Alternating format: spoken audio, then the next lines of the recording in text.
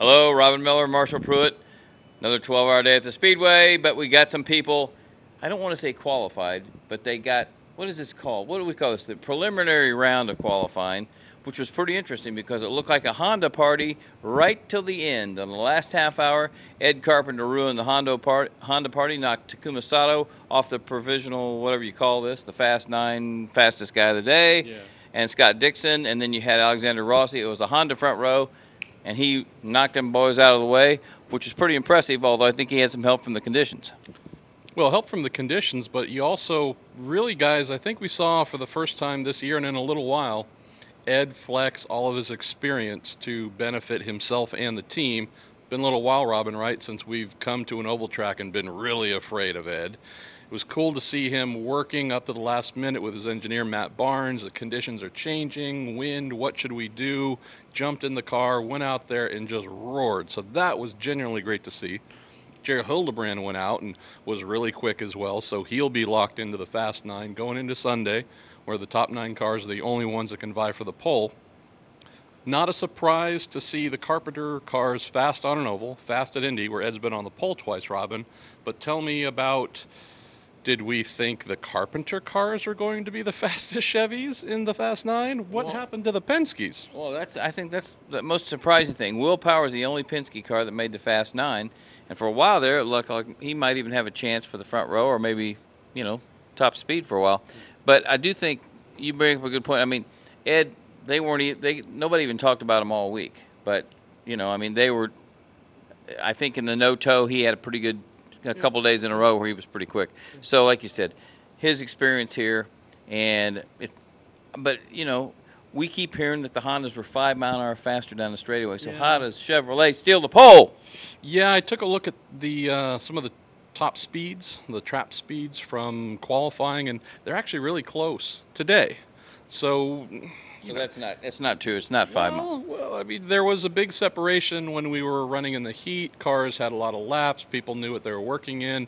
I think part of what we saw today, and back to what Robin started off with, all the times are a race tomorrow, so it's a little bit of an exercise just to set who gets to go for pole and who doesn't. It's not the pole. Yeah. Today was just a who's in, who's out for the pole game. Didn't have a lot of time for these guys. It obviously rained. The track was green. Montoya complained, hey, I was second out. I'm not going to get in the Fast 9 when there's no rubber left on the track after all this rain. I don't think teams in general, we didn't see teams spend a lot of time, Robin, doing real hardcore qualifying sims throughout the week because we lost one day to wind. We had some rain yesterday. And then the conditions today were fairly different from what those teams had when they did try qualifying simulations. So it's not like they had setups to go right back to they could plug in that were perfect. So just a little bit of a weird jumbled day. So getting back to top speeds and who was fastest, I know I heard from one prominent Honda driver that his engine manufacturer might have dialed back on power to make sure that they lasted to get through qualifying. And keep in mind, come race week, we're a day away from getting into next week, but Honda will have all new race motors, latest spec, different than what's in the car right now. We hope that will solve the blow-upness, but I wouldn't be surprised if we learned that Honda said, okay, we don't want a lot of oil trailing from our cars on Saturday, so could we see a bit of a separation come back come Sunday the 28th? Probably.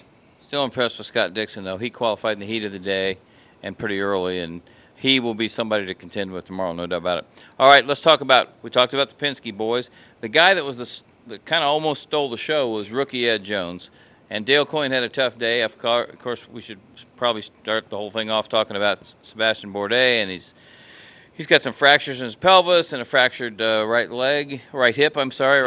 Yeah. But if you saw his crash, it was probably only second to Gordon Smiley in terms of just total velocity and almost a head-on crash. And Marshall will cue you in on this in the next 24 hours, but the car and the safer barrier saved his life. Yeah, and you should tell folks a little more about the Gordon Smiley accident, and we don't talk about this in any kind of fun way. We know that you can go right to YouTube and see it and watch a man die. We're not saying any of this in a joking manner, but yourself, Robin, having been here when Gordon crashed and died, from you to a lot of fans who are, a few years older than me that were here and saw it or watched it live, that's been the one thing everyone has said. It reminded me of the Gordon Smiley accident, and my heart just sank. Yeah. So blessed wonderful to hear that Seb will recover, is going to be okay. Obviously, we're not expecting him to be in the 101st Indy 500 since he's going into surgery tonight for all of these fractures. But when you have a crash at Indy that reminds you of Gordon Smiley, that tells you it was a hell of an impact. Well, and the car and the driver's cocoon and the safer wall. You know, if that's a concrete wall, if it's 30 years ago, who knows if anybody could survive that kind of impact. But and then Ed Jones kind of saves the day because he goes out and until the last half hour, this rookie, this is his second oval, is going to be in the Fast 9. And Mike Cannon's an engineer, one of the most likable guys, and maybe might have been one of the most underrated engineers up and down pit road. But he said afterwards, this kid is such a pleasant surprise. Not only a pleasant surprise, I tweeted this out just partway through qualifying, that Ed Jones is currently in front of 2 Penske drivers and Ryan Hunter-Reay. I forget exactly what I tweeted, but I'm just sitting here looking at this fairly absurd scenario where this kid who grew up in road racing, he did go spend a day learning on the dirt, which is That's right, baby. He got on the dirt. He loved that sprint car. Ed Jones, what's not to love about this kid? He's not a big explosive personality and screaming and yelling and acting a fool. He's definitely many laps behind Sage in the shirtless selfie contest. But this kid's a baller inside the car. So I'm just saying, I realize he's a rook. He's only done a couple races, and we're just talking about Saturday. But this is a kid who, for all those who love Sage Karamman, say, oh, this kid's a racer and a badass. Ed does and is doing the same thing, just with the volume turned down a little bit. Classic case of a kid letting his driving do the talking. Absolutely. And, of course, we have a video up on Racer.com, thanks to Marshall Pruett, with Fernando Alonso, who for a long time was in the front row and has the most amazing confidence at this place for somebody I've ever seen in the short time. He was disappointed with where he qualified. Yeah, we're not going to. Yeah, we're not. Well, again, we're going to wash away all the times, but Fernando Alonso's in the Fast 9, friends. The Andretti cars were really strong, and he did a wonderful job. But you asked him when we were interviewing him, at the beginning of all this, did you ever think you're going to be in the Fast 9? And he said, hell no. It was pretty awesome. But at the same time, he's pissed. He wanted to be faster. Yeah. And he probably will be, because I said, are you going to run it loose? I'm going to run it faster. So we like that. But the Andretti team in general, Ryan Hunter-Reay was probably the most disappointing because we thought for sure he'd be battling for the pole. But they did. Marco's in the Fast 9, Sato's in the Fast 9, Rossi's in the Fast 9. They're going to be contenders tomorrow too. Definitely. And, if you look at what's going on there, they've made good headway. Back to our friends at Dale Coyne Racing, Sebastien Bourdais was a full mile-an-hour clear of everyone, not just everyone. After 2 laps when he crashed. Only driver into the 231s. It was nuts. Another thing, too, a little bit of a sidebar. Who was the first person I got a text from asking about how he was doing, just checking in? Steph Wilson. The Wilsons are made from some pretty special stuff. Yep. And I know that if we're at that awkward phase where you need to talk about, so who are they going to put in the car? That is Dale's lead car. Granted, Ed, certainly showed that he should be respected for what he's been doing here, but is that a Steph Wilson? Is it a Townsend Bell? You also think about Sebastien and his sports car opportunities. He's a defending class winner at the 24 Hours of Le Mans with Chip Ganassi Racing in their Ford GT program. Will he be healed in time a month from now to race 24 Hours in France? So it's those knock-on things that, again, they're a little bit awkward. A good guy, friend, someone we've known and liked. We actually do like Sebastien. At that hard time where he's going to have to spend some sheet time. Yep. And so naturally Dale has to do his awkward thing of look for someone to step in. The Ganassi team's wondering if they're going to have to find someone.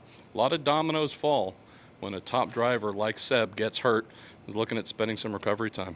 The thing about Steph is I was talking to Dale Coyne as he was coming out of his garage, and Steph was kind of holding back and said, hey, go up and talk to him and tell him you're available.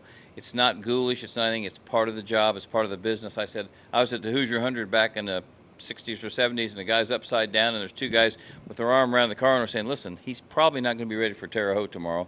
And it's not being mean or ghoulish or anything like that. It's part of the process. It's just the way it is. And Steph's such a nice kid.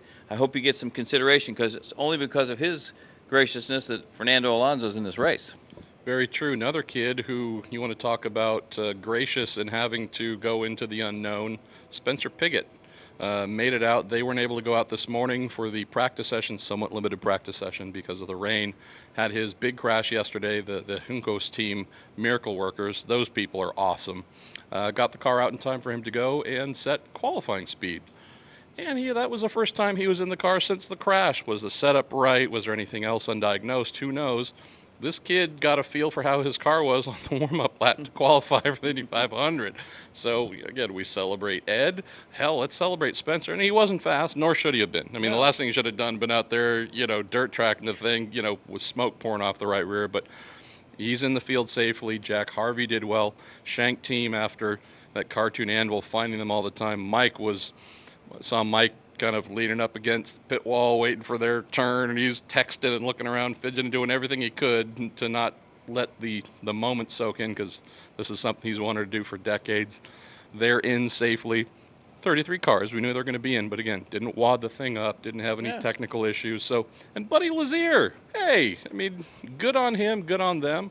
We'll have a cool story about one of their crew members coming up early next week. So, all right, pick the poll winner as we sign off. You do that first. I haven't even thought about that yet. Scott Dixon, you heard it here first.